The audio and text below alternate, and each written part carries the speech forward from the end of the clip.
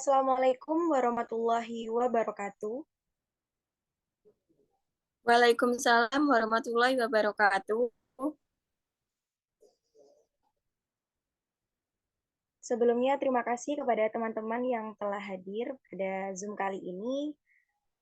Bismillahirrahmanirrahim. Innalhamdalillah namaduhu wa nasta'inuhu wa nastaghfiruh wa na'udzubillahi min syururi anfusina wa min sayyiati a'malina may yahdihillahu fala mudhillalah wa may yudhlil fala hadiyalah. Asyhadu an la ilaha illallah wa asyhadu anna Muhammadan abduhu wa rasuluh annabiyal ba'da. Pertama-tama, marilah kita panjatkan rasa syukur atas kehadirat Allah Subhanahu wa Ta'ala yang telah memberikan kita nikmat sehat, nikmat sempat pada hari ini. Kedua kalinya, sholawat serta salam tak lupa tercurahkan kepada junjungan kita, Nabi Muhammad SAW, yang telah membawa kita dari zaman jahiliyah menuju zaman yang terang benderang, yakni iman dan Islam. Ketiga kalinya, perkenalkan kami dari kelompok 12 yang memiliki judul penyebab terjadinya syirik pada manusia. Yang pertama, saya sendiri Adila Puja Ramawati dengan NIM 2210, 2210, 19 dan rekan saya. Saya Afrilia Putri Salvina dengan NIM 2210, 2210, 23 dan rekan Saya Ayunda Putri Nazarina dengan NIM 2210, 2210, 33. Terima kasih kepada teman-teman. Itu adalah anggota dari kelompok 12. Selanjutnya, kami akan menjelaskan tentang materi yang pertama yang akan disampaikan oleh rekan saya kepada Mbak Ayunda. Dipersilakan. Baik, di sini saya akan menjelaskan tentang pengertian syirik. Syirik adalah menyekutukan Tuhan dalam hal ketuhanan dan kekuasaannya. Syirik adalah penyakit mental yang serius dan merupakan cabang dari kebodohan. Dan dosa kemusyrikan adalah salah satu dosa besar yang tidak diampuni oleh Allah Subhanahu wa Ta'ala. Untuk menghilangkan dosa tersebut, maka kita harus bertaubat kepada Allah. Selanjutnya, surat An-Nisa ayat 48 akan dibacakan oleh Mbak Puja. Terima kasih kepada Mbak Yunda. Saya akan membacakan Quran surat An-Nisa yang menjelaskan tentang dosanya perbuatan syirik. Quran surat An-Nisa ayat 48. A'udzu billahi minasyaitonir rajim. Bismillahirrahmanirrahim. Inna Allah la yaghfiru an yushraka bihi wa yaghfiru ma duna dzalika liman yasha wa man yushrik billahi faqad iftara itsman 'azima. Shadaqallahul 'azim. Artinya, sesungguhnya Allah tidak akan mengampuni karena mempersekutukannya atau syirik, dan Dia mengampuni apa dosa selain syirik. Itu bagi siapa yang Dia kehendaki. Barang siapa yang mempersekutukan Allah, maka sesungguhnya dia telah berbuat dosa besar. Sekian, terima kasih. Materi selanjutnya akan disampaikan oleh rekan saya. Dipersilakan. Baik, saya akan menjelaskan tentang macam-macam syirik. Macam-macam syirik itu ada dua, yaitu syirik jali dan syirik khafi. Yang pertama, syirik jali adalah syirik yang menyekutukan Allah dengan terang-terangan atau secara nyata dan jelas. Contohnya, kita menyembah berhala, menyembah nenek moyang, dan menyembah pohon. Itu adalah termasuk syirik jali yang kita lakukan dengan secara terang-terangan, secara nyata. Yang kedua adalah syirik khafi. Syirik ini bersumber pada hati seseorang yang berupa niatan, semata, atau kepercayaan, namun tidak ditunjukkan oleh perbuatan. Contohnya, riya dan kita mengayunkan jimat. Jadi, kita tidak sengaja melakukan syirik khafi. Seakan-akan kita melakukan riak, padahal kita riak. Dan terkadang kita yang dimaksud dalam mengayunkan jimat ini adalah kita percaya bahwa di dalam jimat itu membawa keberkahan atau membawa keberuntungan. Itu termasuk syirik khafi. Dan materi selanjutnya penyebab syirik akan disampaikan oleh Mbak Puja.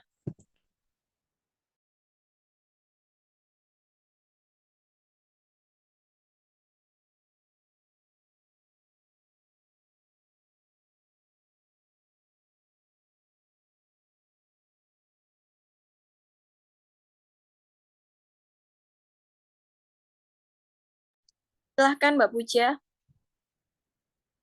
Baik, terima kasih. Tadi sedikit ada gangguan sinyal mungkin ya.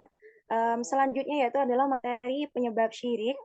Dan di poin ini ada 3 materi nih teman-teman, yaitu adalah yang pertama, al-jahlu atau kebodohan. Yang kedua adalah daiful iman, yaitu adalah lemahnya iman. Dan yang ketiga ini adalah taklid. Nah, taklid ini yaitu adalah ikut-ikutan. Ikut-ikutan secara membabi buta. Seperti mengikuti agama orang lain ataupun mengikuti keyakinan orang lain. Nah, seperti itu. Jadi yang saya tahu sendiri bahwa al-jahlu itu adalah kebodohan teman-teman. Jadi di mana masyarakat awam yang disebut kebodohan itu adalah masyarakat awam. Di mana masyarakat awam ini masih belum mengerti tentang memperdalam suatu ilmu dalam agama Islam. Jadi mereka belum mengerti sekali apa sih sebenarnya yang harus kita pegang, yaitu adalah yang harus kita imani itu adalah Allah Subhanahu wa taala, tapi kebanyakan orang yang masih awam atau masih mengikuti tradisi nenek moyang itu disebut kebodohan karena mereka masih belum um, memperbarui atau masih belum mengikuti jejak Rasulullah yang di sekarang ini kita imani, yaitu adalah agama Islam seperti itu. Yang kedua ada yaitu daiful iman. Daiful iman ini adalah lemahnya iman. Nah, lemahnya iman ini yang dimaksud adalah kita sudah sebagai orang muslim nih teman-teman sekalian, tetapi kita masih lemah imannya. Kita masih belum mempunyai pegangan ilmu yang sangat kuat untuk kita lakukan dan memperkuat iman kita sebagai orang Islam seperti itu. Jadi hanya tips saja nih dari saya sendiri, yaitu adalah ketika kita lemah imannya, yang pertama itu kita harus memperteguhkan apa? Yaitu adalah sholat. Karena sholat itu adalah tiang dari agama. Seperti itu yang telah disampaikan oleh teman-teman waktu presentasi kemarin. Seperti itu. Yang ketiga adalah taklid. Ikut-ikutan secara membabi buta. Yang dimaksud ikut-ikutan secara membabi buta ini, mereka sadar akan agama mereka sebagai seorang muslim, tetapi mereka ikut-ikutan. Contohnya nih, seperti contohnya nih Mbak Afril ya, sudah beragama Islam, tetapi Mbak Afril ini masih ikut-ikutan anak temennya mungkin ya, temennya yang Kristen ya mungkin masih mengikut-ikutan kayak contohnya merayakan Natal seperti itu. Padahal Natal sendiri itu tidak boleh dilaksanakan oleh umat Muslim seperti itu. Itu adalah ikut-ikutan secara membabi buta seperti itu. Itu contoh kecilnya seperti itu. Dan terima kasih. Dan selanjutnya materi yang selanjutnya, slide-nya mohon.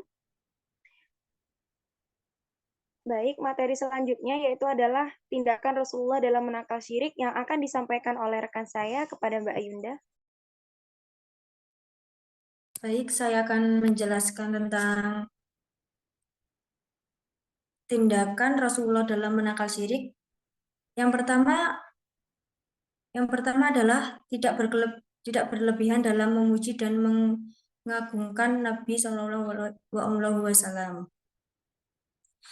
Seperti sabda beliau, janganlah kalian berlebihan memujiku sebagaimana orang Nasrani berkelebihan memuji putra Maryam. Aku ini tiada lain adalah hamba, maka katakanlah hamba Allah dalam Rasulnya. Beliau membenci kalau mereka mengarahkan pujian kepada beliau karena menjerumuskan mereka kepada sikap berlebih-lebihan kepadanya. Beliau memberi kabar bahwa mengarahkan pujian kepada orang yang dipuji, walau memang begitu adanya termasuk perbuatan setan. Karena senang memuji kepadanya akan membawanya kepada sikap membanggakan diri, dan itu menafikan kesempurnaan tauhid. Ibadah tidak akan tegak kecuali dengan berputar pada porosnya, yaitu ketundukan yang amat sangat dalam kecintaan yang paling tinggi. Dan yang kedua, beliau melarang kita dari melakukan perbuatan menjadikan kuburan sebagai tempat ibadah, dan larangan menjadikan kuburan beliau sebagai id atau tempat yang didatangi berulang-ulang.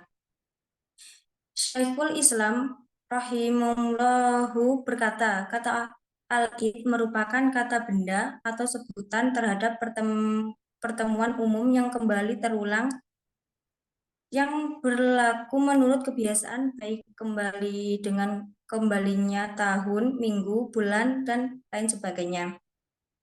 Ibnu Al-Qayyim rahimullahu berkata, al-id adalah suatu yang biasa didatangi dan dituju baik berupa masa ataupun tempat. Jika berupa nama tempat, maka ia adalah tempat yang dimaksudkan di dalamnya untuk berkumpul, dijadikan tempat ibadah dan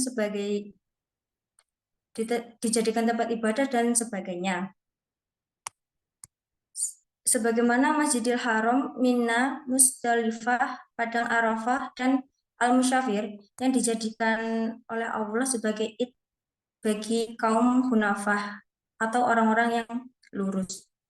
Sebagaimana pula dia menjadikan hari-hari ibadah di tempat-tempat tersebut sebagai id. Dalam hal ini, Rasulullah melarang untuk melakukan perbuatan menjadikan kuburan sebagai tempat ibadah dan melarang kuburan beliau untuk dijadikan sebagai tempat id. Sebagaimana sabdanya dari Abu Hairah radhiyallahu anhu bahwa Rasulullah Shallallahu Alaihi Wasallam bersabda, jangan jadikan rumah kalian sebagai kuburan dan jangan jadikan kuburanku sebagai id. Bersalawatlah kepada karena salawat kalian akan sampai kepadaku dimanapun engkau berada.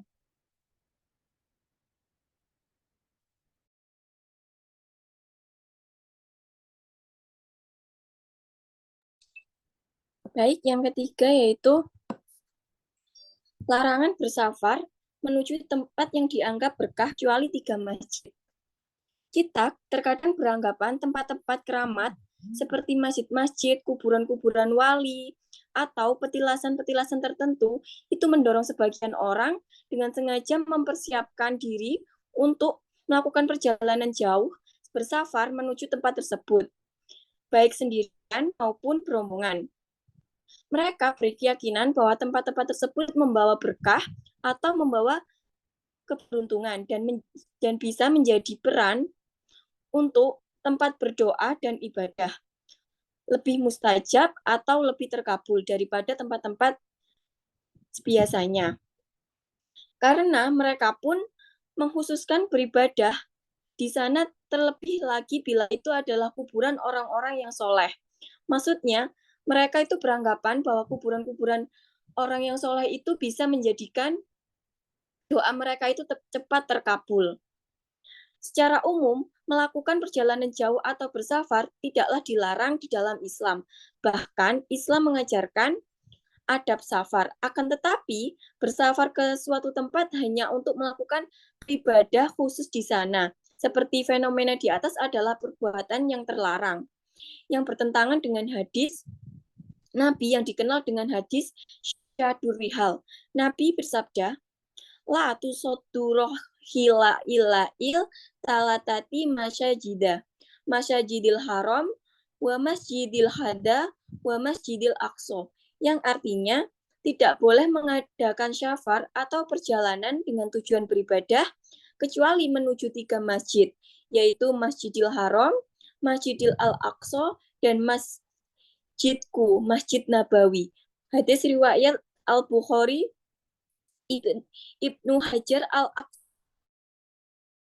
3 masjid tersebut lebih utama dari masjid lainnya. Dikarenakan ketiganya itu masjid para nabi, Masjidil Haram, kiblat kaum muslimin, dan tujuan berhaji, Masjidil Aqsa, kiblat kaum terdahulu, dan Masjid Nabawi, masjid yang terbangun di atas ketakwaan. Jadi, kesimpulan dari materi ini adalah syirik menyekutukan Allah dikatakan dosa terbesar yang paling besar dan kezaliman yang paling besar karena ia menyamakan makhluk dan Kholik pencipta kita sebagai manusia yang beriman harus senantiasa menjauhi segala perbuatan yang berhubungan dengan syirik agar kita dijauhkan dari siksa api neraka. Sekian dari kelompok kami. Wassalamualaikum warahmatullahi wabarakatuh. Oke, mungkin tadi sudah ditutup bahwa kesimpulan ya. Oke, terima kasih Mbak April. Terima kasih teman-teman yang sudah hadir pada Zoom hari ini. Bismillahirrahmanirrahim. Bismillahirrahmanirrahim. Sudah mungkin itu aja. Marilah kita membaca Alhamdulillah bersama-sama. Alhamdulillahirrahmanirrahim. Sesi tanya jawabnya waktu di kelas ya. Ya, oke teman-teman, jangan lupa ya tanya jawabnya. Dadah. Dari kelompok 12. Wassalamualaikum warahmatullahi wabarakatuh. Waalaikumsalam warahmatullahi wabarakatuh.